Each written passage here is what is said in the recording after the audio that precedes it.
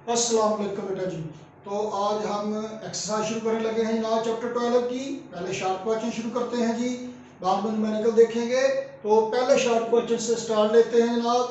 क्या कहता है जी इसमें शायद, potential is constant throughout a given region of space. Potential constant है जी, पोटेंशियल को v से लिखते हैं, तो पोटेंशियल बेटा जी कांस्टेंट है। इसका मतलब है delta v, change in potential कितना है जनाब बयाली, जीरो। अच्छा फिर क्या होया, is the electric field zero और नॉन जीरो। क्या इलेक्ट्रिक फील्ड जीरो है कि नॉन जीरो है। इस फॉर्मूले के मुताबिक देखिए जनाब, डेल्टा वी जीरो है तो माइनस जीरो ओवर डेल्टा, तो इलेक्ट्रिक फील्ड इंटेंसिटी क्या हो गई, जीरो हो जाएगी जनाब बयाली। तो जनाब काम खत्म हो गया।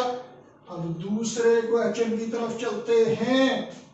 शॉर्ट क्वेश्चन नंबर 2 की कहता है जनाब, सपोज फर्ज कीजिए कि आप फॉलो करते हैं इलेक्ट्रिक फील्ड को due to positive point charge. Positive point charge की वजह से इलेक्ट्रिक फील्ड है, ये ऐसे होगा। जब आप इसे फॉलो करते हैं तो ज़ाहिर लेनो जाएंगे, ऐसे दूर जाएंगे, तो फिर पोटेंशियल में और इलेक्ट्रिक फील्ड में क्या फर्क पड़ेगा। इलेक्ट्रिक फील्ड क्या होता है जी, के क्यू ओवर आर स्क्वायर, यानी कि electric field intensity inverse square law को फॉलो करती है। जैसे जैसे फासला ज्यादा होता जाएगा वैसे वैसे इलेक्ट्रिक फील्ड कम होता जाएगा, और पोटेंशियल के साथ भी यही सूरत हाल बनेगी। तो potential directly proportional to 1/r, potential भी कम होता जाएगा जैसे जैसे आप पॉजिटिव चार्ज से दूर हटेंगे, यानी कि जैसे जैसे आप फील्ड को फॉलो करेंगे। अच्छा जी, अब जनाब अली तीसरा शॉर्ट क्वेश्चन देखते हैं जी। इसकी जनाब थोड़ी थोड़ी जड़ें मैट्रिक में भी पाई जाती हैं। क्वेश्चन क्या है जनाब, हाउ कैन यू आइडेंटिफाई, आपको कैसे पता चलेगा कि कैपेसिटर की कौन सी प्लेट पर पॉजिटिव चार्ज है। जनाब इसके लिए आप इस्तेमाल करेंगे एक सिंपल सा इंस्ट्रूमेंट, इलेक्ट्रोस्कोप। इलेक्ट्रोस्कोप क्या है जनाब, इलेक्ट्रो चार्ज, स्कोप मतलब देखना। ये एक ऐसा इंस्ट्रूमेंट है जो चार्ज को देखने के लिए, मतलब दूरबीन है चार्ज के लिए नहीं, मतलब चार्ज को एस्टिमेट करने के लिए इस्तेमाल होता है। कि जनाब चार्ज की नेचर मालूम करने के लिए चार्ज है या नहीं है, अगर है तो पॉजिटिव है कि नेगेटिव है, इस काम के लिए इस्तेमाल होता है।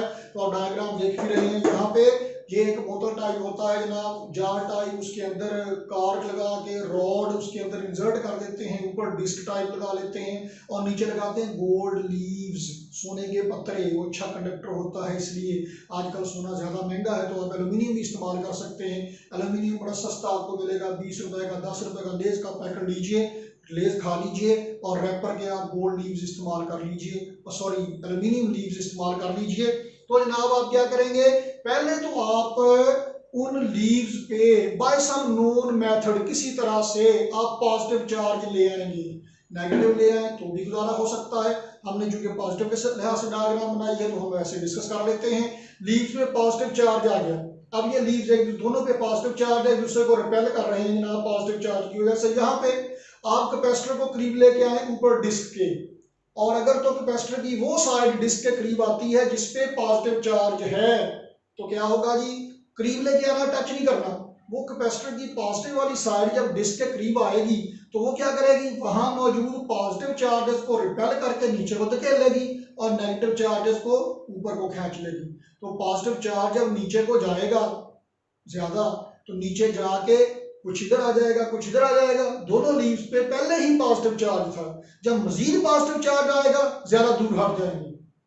तो होगा क्या, अगर तो आप उस इलेक्ट्रोस्कोप को पहले पॉजिटिव चार्ज करते हैं उसके लीव्स को, और अब कैपेसिटर की प्लेट उसके करीब लाने से ये लीव ज्यादा दूर हट जाते हैं, इसका मतलब ये है कि उस पर भी पॉजिटिव चार्ज है। ठीक, अगर आप पहले इनको नेगेटिव चार्ज कर लेंगे, अब कैपेसिटर को करीब लेके आएंगे, उस पर पॉजिटिव चार्ज है, ये क्या करेगा, जहां मौजूद पॉजिटिव चार्जेस को रिपेल करेगा, नीचे को धकेलेगा, नेगेटिव को अट्रैक्ट करके ऊपर को ले आएगा। तो यहाँ मौजूद नेगेटिव चार्ज ऊपर चला जाएगा, जब नेगेटिव चार्ज ऊपर चला जाएगा यहाँ मौजूद नेगेटिव चार्ज में कमी आएगी तो ये करीब आ जाएंगे। तो अब ये दोनों सूरतों में हो सकता है। आपने एक तरह से लिख देना है कि पहले पॉजिटिव चार्ज ले आए उस तरीके से, वैसे दोनों तरह से ही आप एस्टिमेट कर सकते हैं। मतलब ये कोई मसला नहीं है कि आप गोल्डी को पहले पॉजिटिव चार्ज करते हैं या नेगेटिव चार्ज करते हैं, जो भी करते हैं उसके मुताबिक काम कर लिया जाएगा। तो जनाब आली उसके बाद अब पेश खिदमत है जी शार्ट क्वेश्चन नंबर 4। क्या कहता है जनाब आली, डिस्क्राइब द फोर्स या फोर्सेस डिस्क्राइब कीजिए on a positive point charge. एक पॉजिटिव पॉइंट चार्ज को रखना है कहां पे, दो पैरेलल प्लेट्स के दरमियान। और शर्त क्या है, पहला पार्ट क्या है, दोनों पैरेलल प्लेट्स क्या हैं, similar and equal charges. Similar equal, similar एक जैसा चार्ज है दोनों प्लेट्स पे, बराबर मिकदार में चार्ज है। ये वाला पॉजिटिव चार्ज क्या करेगा, ये वाली पॉजिटिव प्लेट इस इधर को रिपेल करेगी, ये इधर को रिपेल करेगी। नतीजा क्या होगा, वो किसी भी तरफ को नहीं जाएगा, इक्विलिब्रियम में दरमियान में रहेगा। और अगर दोनों प्लेट्स पे चार्ज है कैसा जनाब, अपोजिट है, इक्वल मैग्नीट्यूड में बराबर है लेकिन नेचर में अपोजिट है।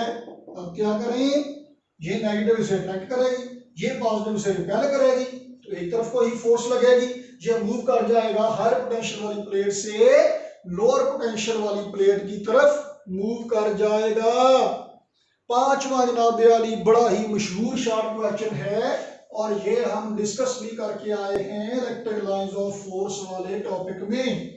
क्या कहता है इसमें शायर, electric lines of force never cross, why electric lines of force cross नहीं करती हैं। क्यों नहीं करती हैं, वजह यह है कि जो इलेक्ट्रिक लाइंस ऑफ फोर्स हैं वो इलेक्ट्रिक फील्ड की डायरेक्शन और सिमत के बारे में इंफॉर्मेशन दे रही हैं।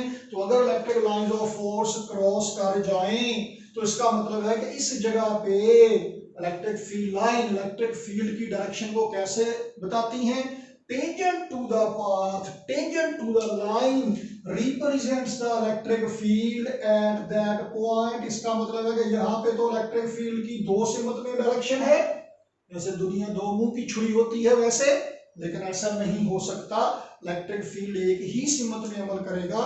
हाँ, कोई भी point under the influence of more than one forces, more than one charges, एक से ज्यादा फील्ड्स के ज़रिए असर हो सकता है, लेकिन रिजल्टेंट वहां पे फील्ड एक ही बनेगा, सारा घाटा वाटा कमी बेशी जमा तफरीक करके। तो इलेक्ट्रिक लाइंस ऑफ फोर्स कभी भी एक दूसरे को क्रॉस नहीं कर सकती बच्चों जी। छठा जनाब आली की कहता है, अगर एक पॉइंट चार्ज Q है जी, मास M है, is released in a non uniform electric field, non uniform field में अगर उसे रिलीज कर दिया जाए तो जनाब क्या फर्क पड़ेगा, क्या वो रेक्टिलिनियर पाथ फॉलो करेगा, तो जनाब डिपेंड करता है कि सिचुएशन क्या है। अगर तो वो जो नॉन यूनिफॉर्म फील्ड है वो सिर्फ पॉजिटिव या सिर्फ नेगेटिव चार्ज की वजह से है, रेडियली आउटवर्ड है या रेडियली इनवर्ड है, तो फिर तो जनाब वो एक सीधी लाइन में है, रेक्टिलिनियर पाथ अडॉप्ट करेगा। और अगर एक तरफ पॉजिटिव चार्ज है दूसरी तरफ नेगेटिव चार्ज है, दोनों पॉजिटिव दोनों नेगेटिव चार्ज है, फिर जनाब हो सकता है कि वो कर्व्ड पाथ पे मूव करे और स्ट्रेट लाइन पाथ अडॉप्ट ना करे। तो it all depends upon the situation. सातवां जनाब, इज ई नेसेसरली जीरो, क्या इलेक्ट्रिक फील्ड इंटेंसिटी जीरो होगी इनसाइड अ चार्ज्ड रबड़ balloon.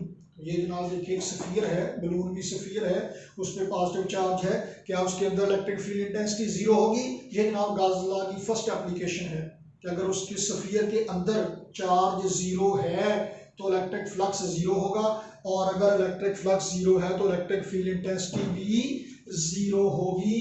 Electric flux is equal to Q over epsilon naught, Q zero है, इसका मतलब है कि इलेक्ट्रिक फ्लक्स भी जीरो है।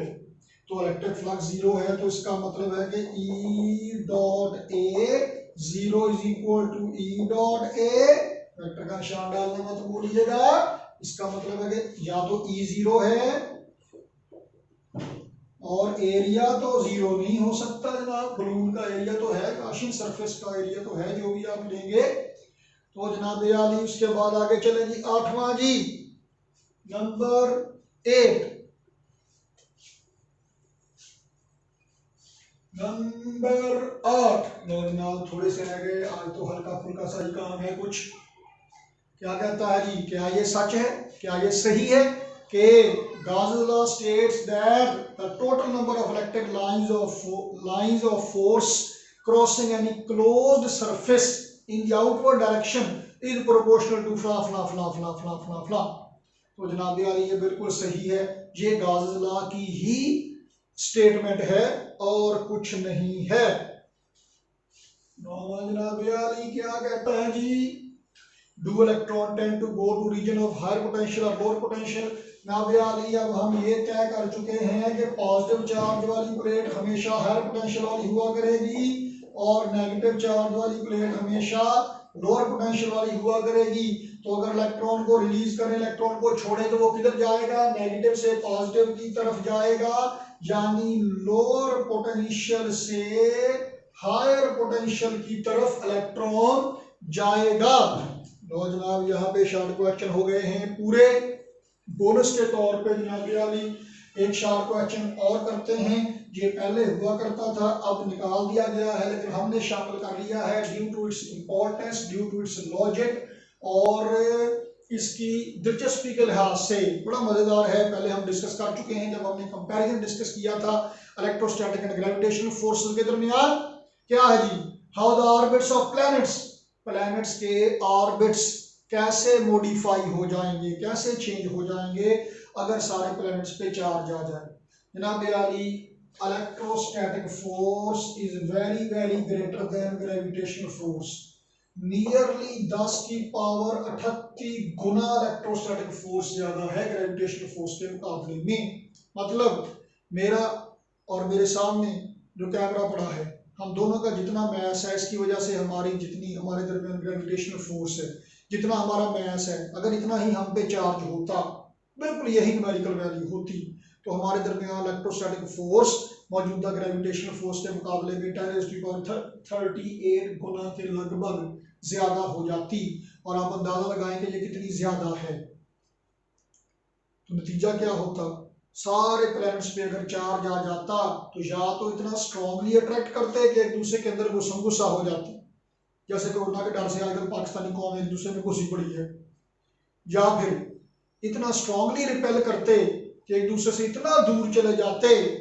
दोनों सूरतों में मौजूदा सूरत में हमारा सोलर सिस्टम मौजूद ना रह सकता और ये कोलैप्स हो जाता, बिल्कुल तबाह हो जाता, या तो नया सिस्टम ऐसे एस्टेब्लिश होता है मौजूदा सूरत से बहुत दूर दूर चले जाते सारे प्लैनेट्स, और ये फासला इतना होगा कि शायद फिर सूरज की हीट, गर्मी, रोशनी हम तक फेथफुली पहुंच ही ना सके, तो लाइफ डिस्ट्रॉय हो जाएगी, सोलर सिस्टम मौजूद नहीं रह सकेगा। बहरहाल तो जनाब ये शार्ट क्वेश्चन हमने डिस्कस कर लिए, अगली एपिसोड में हमारे साथ रहिएगा, न्यूमेरिकल शुरू करेंगे।